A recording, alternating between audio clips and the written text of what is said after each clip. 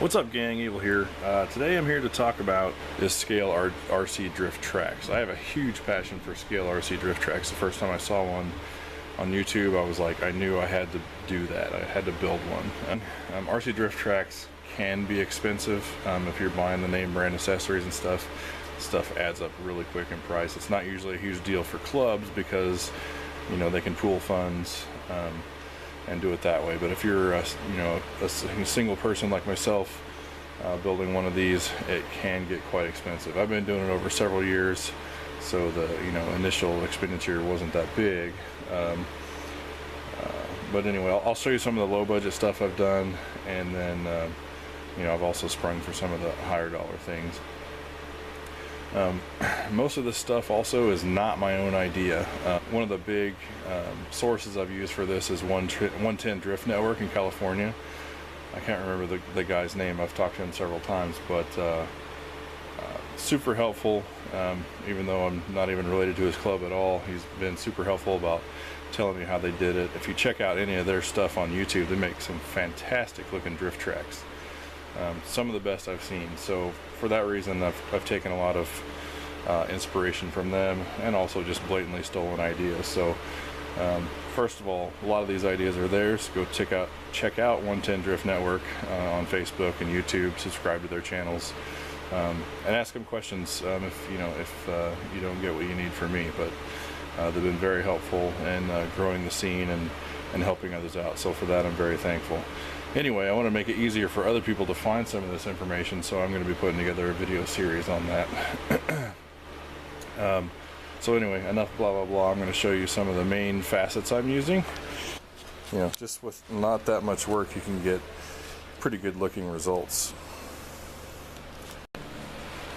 So since we're talking about scale drift tracks, the things we want to focus on are visual cues that really sell the thing as a drift tracks or a racetrack. So when you think of full-scale racetracks, one of the things that comes to mind are the checkered curbing that you see the cars run up on, the checkered walls in the corners and the crash barriers and whatnot.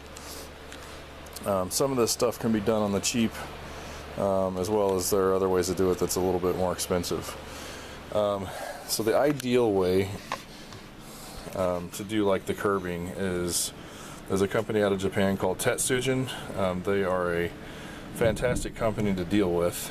The only downfall is they're in Japan, so for us here in the States, it's quite expensive to get stuff shipped here. So it's better to do, it's really thundering outside.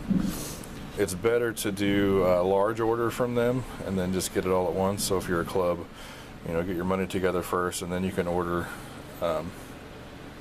the curbing from them.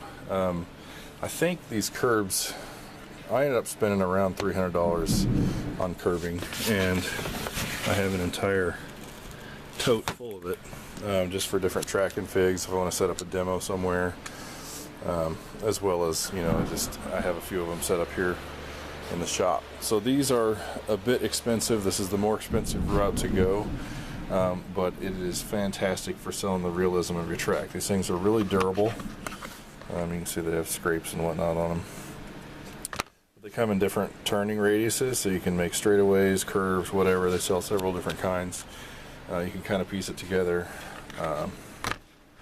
to do that. And these, in my opinion, are the biggest thing you can do to sell the realism of your track. That is the high budget option. The lower budget option is to go to your local Home Depot and pick up some of this stuff. And you can literally get you some indoor-outdoor carpet, tape it down with this stuff, and get a pretty good looking track. It obviously doesn't look as good because the stuff is diagonal, but it is functional, and if you don't look directly at it, it still gives you the same effect. And I think these are $6 to $8 a roll or something like that. And that works, it's pretty effective, it looks really good. And I did another video kind of based on the same thing, and this is a project I did using that tape. I literally was just cutting it with an X-Acto and then sticking it to, you know, some corner pieces I built. You can see that looks really good. It doesn't hold up great, but it's cheap and it's easy to repair. So that is one good low budget option if you're wanting to get some, you know, good looking curbing on your track. But my primary, I abandoned that when I finally went with Tetsujin. I don't regret the money I spent on this at all. The stuff works great. It's durable, looks fantastic. Yeah, so anyway, enough on that. And kind of along those same lines, you're trying to sell the realism of the track. You want to do some checkers on the apexes of all your corners. This stuff here, which looks really awesome. These are some pieces by Yeah Racing. I think they just call them track barriers or race barriers. They are a bit expensive. They come in sets of 4 like this, and this is a great idea. I love that Yeah Racing did this. You can see there's plugs in these. You can fill these with water, shotgun shot, whatever you want, to make these really heavy. And they clip together, so you can make them as long or as short as you want. And these have a really nice scale look on your track. I use them to go around like I'm going to use them to go around like the feet of this table, because it, you know, so the drift cars aren't smashing into that. This stuff help absorb some of that load, just like a full size version. These go for around $15 a set. So if you start adding these up, after a while you have quite a bit of money involved. The good thing is that you don't need a lot of it to make something look good. You can just use it for pieces of your track. I was lucky enough that when I worked for Big Squid that I got several sets as promo to review and write about, but then I bought several sets afterwards. So those are a great visual addition to your track. They're also quite functional if you need them to be. If you're traveling with them, you can empty them out. They're nice and light. When you get there, fill them up with water. They're good solid heavy. That way you're not carrying that weight around. Another piece, you see these in a lot of drift videos. If you're building a drift track, you're going to spend a lot of time in the garden department at Walmart and Kmart looking for lawn edging. This is stuff I'm using for the rock sections of my track. It's called Bedrock's Trim Free. You can pick this up at Kmart, I believe. That's where I've been able to find this. But these have a nice scale look to them. They look like a rock wall. They also have these holes in the top, which are made to put lights in. So if you want to add lights to your track, for me, I just use them to add greenery. The greenery helps sell the realism again. It looks great going by on a camera if you're shooting video or whatever. All this stuff I picked up at Michael's, which is like a craft store or whatnot. I don't know. Most people have Michael's, I think, in their town. This stuff also can be very expensive, but Michael's, if you're going to go buy some of this stuff for your track, check their website first, because they'll have like 40 or 50% off coupons, which will help save you a lot of bank. These little tree things are expensive, so I've always bought them when I have a coupon. So hot tip there if you're going to go pick up some of that stuff. And then the other thing, talk about this stuff. This again is also lawn edging. I like this stuff because it's 9 degrees. You can stake it down or tape it. It's called EasyFlex no dig landscape edging. You can see it's made to do that, but this stuff is light, it's easy to store, it's extremely durable. This stuff is almost purpose built for building a drift track. Another thing is scale accessories you can do for a track are guardrails. You see guardrails a lot in a lot of the drift videos. These happen to be the DS Racing guardrails, which work really well for me because you can step on them. They're made of rubber. It doesn't hurt them. They don't look quite as scale, but they definitely sell the realism.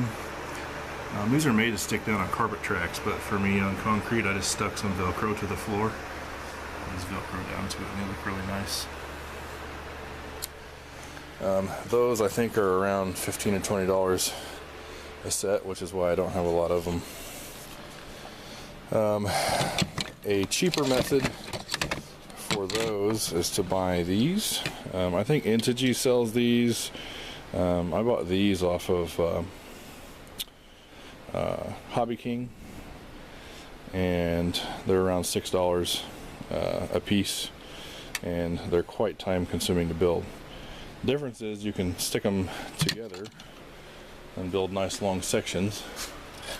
Like here's a longer one I built, I'm currently not using. But those are a little cheaper if you want to make a parking area or whatnot. These are great. They seem to be relatively tough. They take some decent abuse.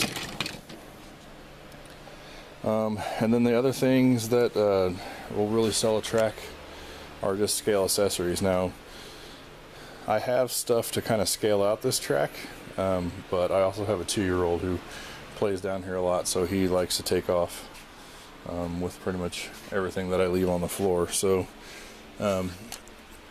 there's a company called NZO. Like, this is a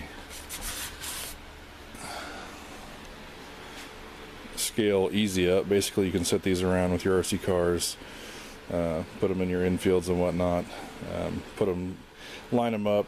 These really sell the realism, or they up the scale factor, I should say, of your track. And then obviously the greenery. This is just indoor-outdoor carpet I picked up from Home Depot.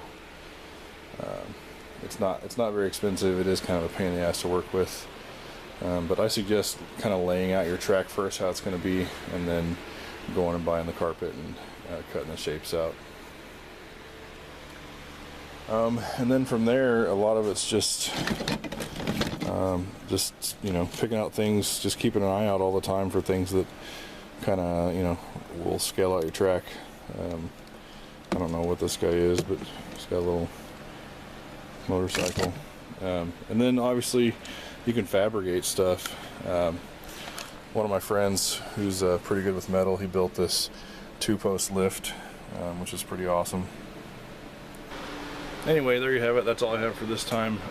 There is my knowledge dump from the last at least 2 years I've spent figuring out what works and finding where to get things, and different ways people on YouTube have been doing it. This is my knowledge dump to hopefully save you, my fellow drifters, lots of spare time and research doing this stuff. So anyway, I really appreciate you guys stopping by. If you would, subscribe to my YouTube channel if you like my content. As well, for anyone who read my stuff on Big Squid and misses my content out there, I have started my own RC blog for drift. It's called driftitch.com. My column on Big Squid was also called Drift Itch. There's nothing there yet. I'm still getting it together, but it is out there. So in the meantime, if you guys would, I've started a Facebook page. Just search Drift Itch on Facebook and give me a like out there if you would. I've been doing little pieces here and there and videos and pictures and whatnot. So if you dig my stuff, go out there and give my page a like if you would. I would really appreciate it. Also, I mentioned earlier, check out 110 Drift Network. They're a big help to me on figuring some of this stuff out. So definitely give those guys a like as well. And then if you're in the Kansas City area looking for a club, or you wanted to get into some drifting, the drift club is called Kansas City RC Drift Movement. Also on Facebook, there's a like page out there, so you can get on when we're having events and stuff. Anyway, thank you guys for watching, and I will catch you next time.